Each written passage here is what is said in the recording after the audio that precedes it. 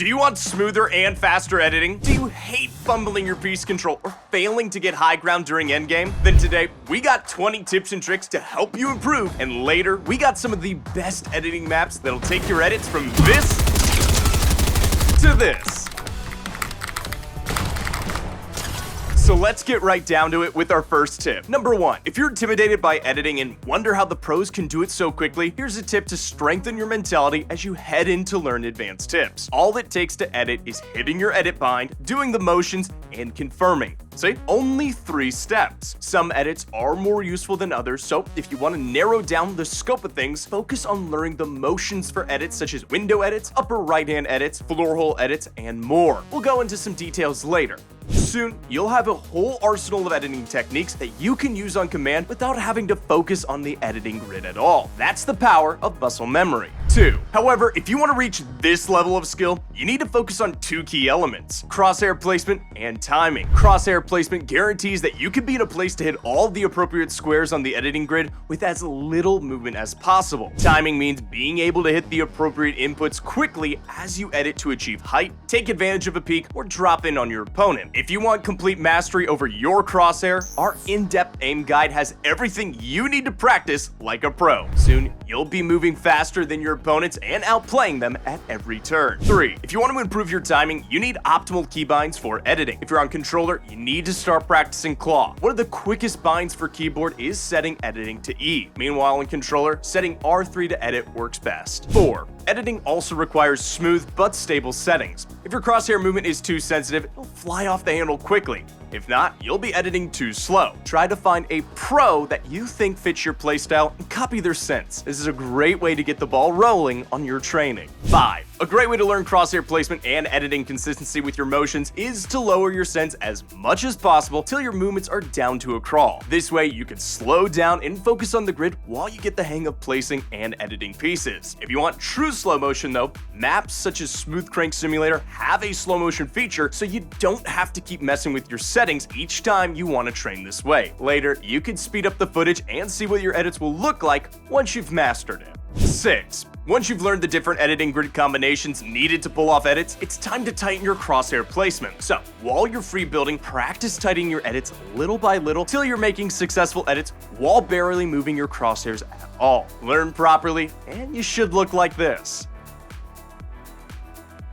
7. If you want to master your crosshair placement and learn the quickest motions to complete an edit, try this Aim Plus Mechanics map. You'll be performing a variety of edits as you move from piece to piece, but the best part is that it shows you where your crosshair should be for the most optimized edit. Think of this map as training wheels for your brain. 8. However, tightening your crosshairs is just one way to trimming your edit time. If you know the edit you want, then make sure your crosshair is always aligned with the first square you need to hit before you place your build. This way, when you open up your editing grid, you're immediately in place to hit the first square in the chain. This simple trick helps you speed things up without having to readjust your crosshairs at the start of each edit. 9. If you're doing multiple edits one after another, make a habit of ending your edits where the next edit will begin. This way, you can quickly start working on the next one without having to slow down. This can be great for claiming the high ground during the endgame or keeping up with the storm while you're stuck on the low ground. 10. Now, if you're making edits with the intention of taking a shot at your opponent, try this. Before confirming, practice finishing your edits in a way that leaves your crosshairs as close to your opponent as possible. This means once the edit is complete, you can instantly be ready to take the shot and deal some damage. Later, we'll show you some maps that you can use to teach yourself to optimally do this without getting hit yourself.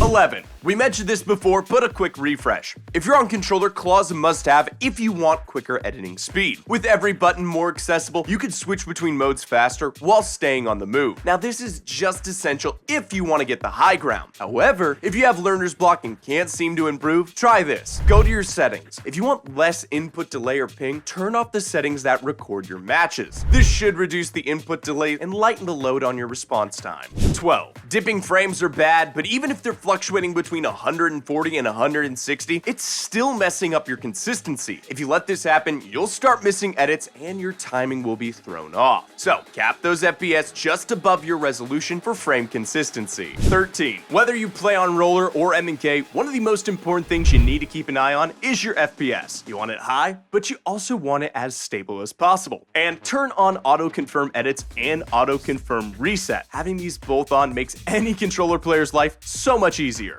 14. Controller players may not be able to achieve the same speeds as keyboard and mouse players. However, they could still rely on smart plays to get a one-up on their opponents. While training your edits, focus more on consistency rather than speed. Then start watching how some of the best players in the game respond to other players during fights. If you can learn to be a smarter player, then you'll be able to counter most of your opponent's plays and trick them into leaving themselves open. But if you're interested in easily transitioning from a controller player to a keyboard and mouse player, you can use the maps from this video or even programs like Aim Labs to get used to new control schemes. 15.